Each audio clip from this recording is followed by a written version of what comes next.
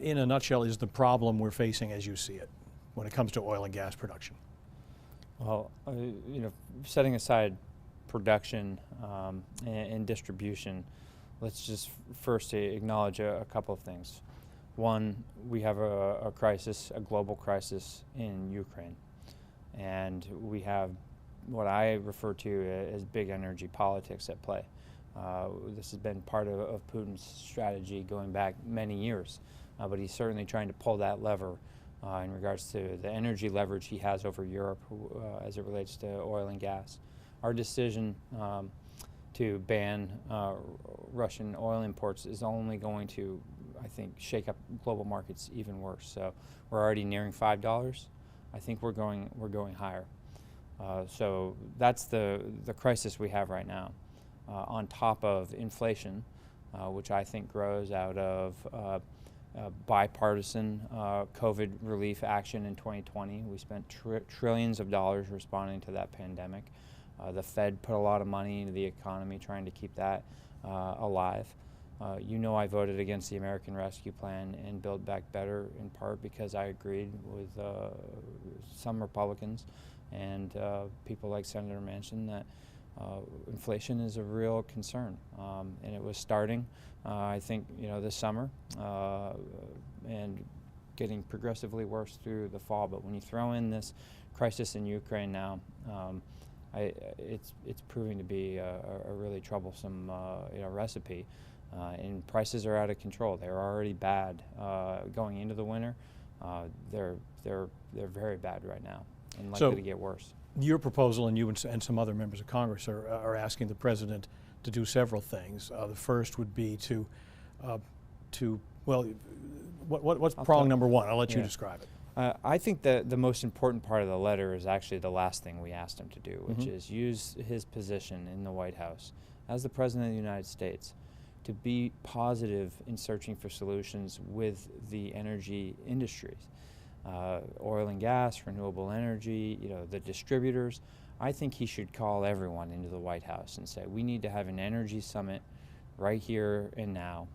We need a short-term plan, and let's talk about the future as well. I think that they should seek a 3-month, 6-month, and 12 months plan at a minimum for how we're going to bring prices down and how they can help to help the United States overcome this challenge coming out of Russia. But I think the president needs to speak to the patriotism of those companies rather than kind of being negative and attacking them the way that we saw a couple of days ago, where he suggested that maybe they saw this as a price gouging opportunity.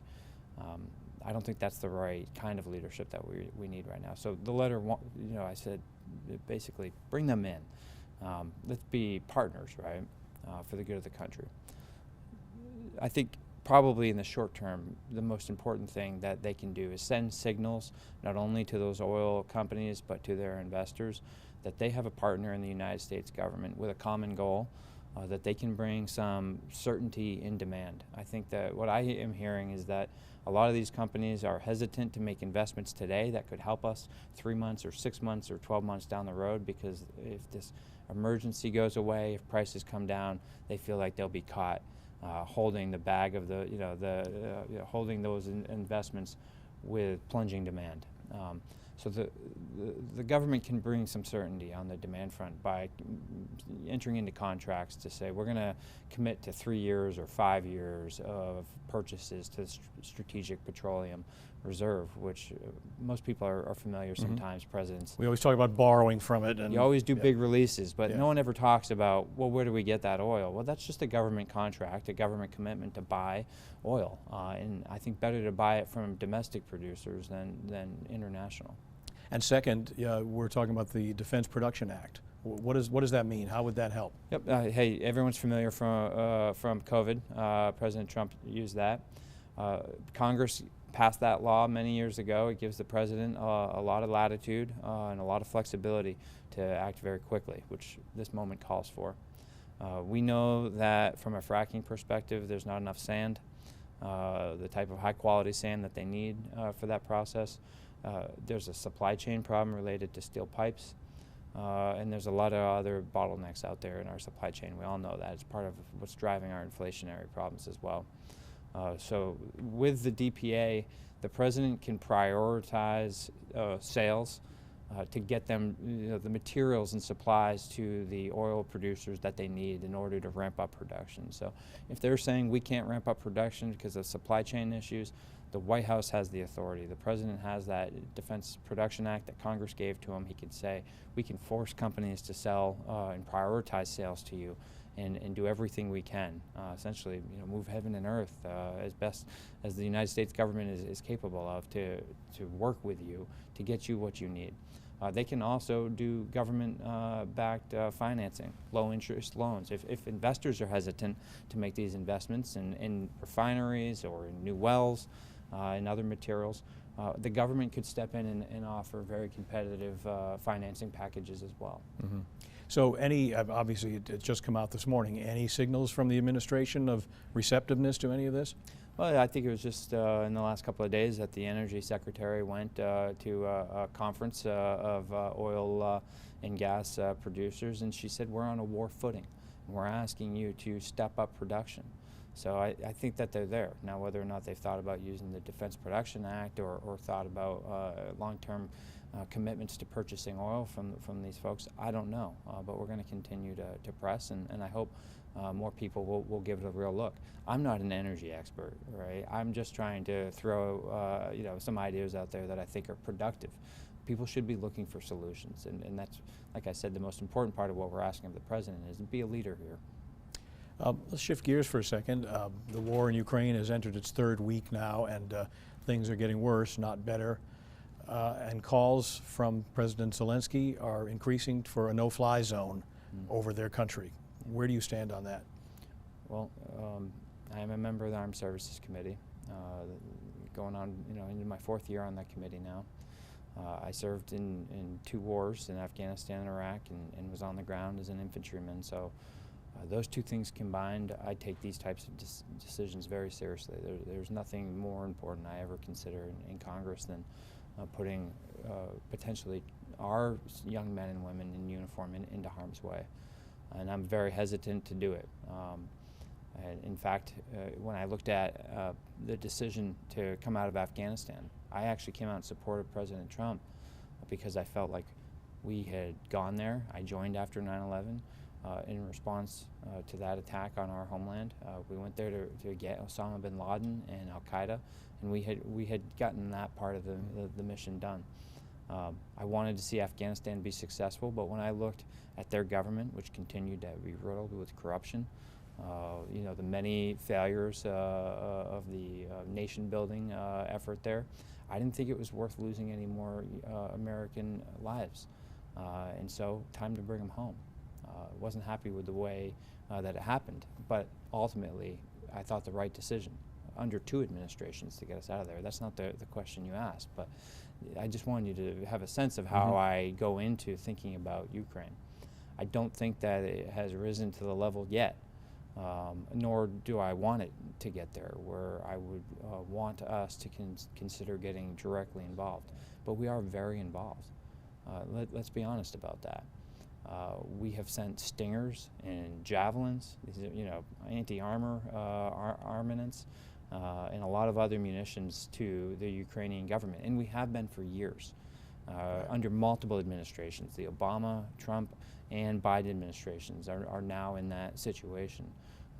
It's a very risky situation for us and the world. So in regards to a no-fly zone, I don't think we're there yet. And I say that with a heavy heart, because there are thousands of civilians being killed. I don't know if you saw just yesterday, they bombed a maternity ward. Yeah. The Ukrainian people are suffering, and I do think the world has to ask itself, how far will we let this go before we do more? I'm leading a letter that should be going out tomorrow, where I've asked some of my colleagues to join me in pushing for several things. One, tougher sanctions. We just voted to ban Russian oil imports. That's not enough. We need to crack down on their oil revenues and deny them the resources that they use to fund their military operations. But that will have an impact on the global economy, and we need to be ready for it. Part of why I think the president needs to have this, national security-focused energy strategy. Start working on that today, because I think that this is going to go on longer than many people may hope that it will. Number two, we need to send the Ukrainian government more military capabilities to protect their citizens. So I'm talking about air defense capabilities, things that can take down some of these cruise missiles, artillery, and other things that are killing innocent people in Ukraine. So SAMs, MiGs, jets, Soviet-style jets. These are all things that Zelensky and the Ukrainian government is asking for, and we don't have them, but our allies do, and we can make commitments to get those deals done, and I think the president should do that. Too many people are dying. You talked about your own service experience. When we have, as we do in this war in Ukraine, images coming into our living rooms every day of carnage, and it can trigger a lot of veterans who have PTSD and other issues. Does that ever happen with you when you see these things? Well, I was diagnosed with post-traumatic stress coming home from Iraq, and there's certainly things that can bring all that rushing back, and those experiences are with you for life. Veterans will tell you that. I remember Vietnam veterans telling me when I came home, that's going to be with you forever, for good and bad, right? So yeah, absolutely. These things can really bring a lot of that rushing to the surface. I mean, many of us that served in Iraq and Afghanistan witnessed a lot of civilian casualties, suicide bombings that were just indiscriminate and terrible, roadside bombs. And the civilian casualties, I think, are the ones that get you the most. And so, people are watching that right now in Ukraine. It's horrific. How well is the U.S. government doing in getting help for vets who need to talk to somebody or need some other kind of treatment? Well, I think as the society as a whole is getting better at breaking down the stigma, look, veterans, we think of ourselves as quite tough, right? We come out of a culture of holding your chin up and continuing to do the job. Veterans are often, I think, some of the last to seek help,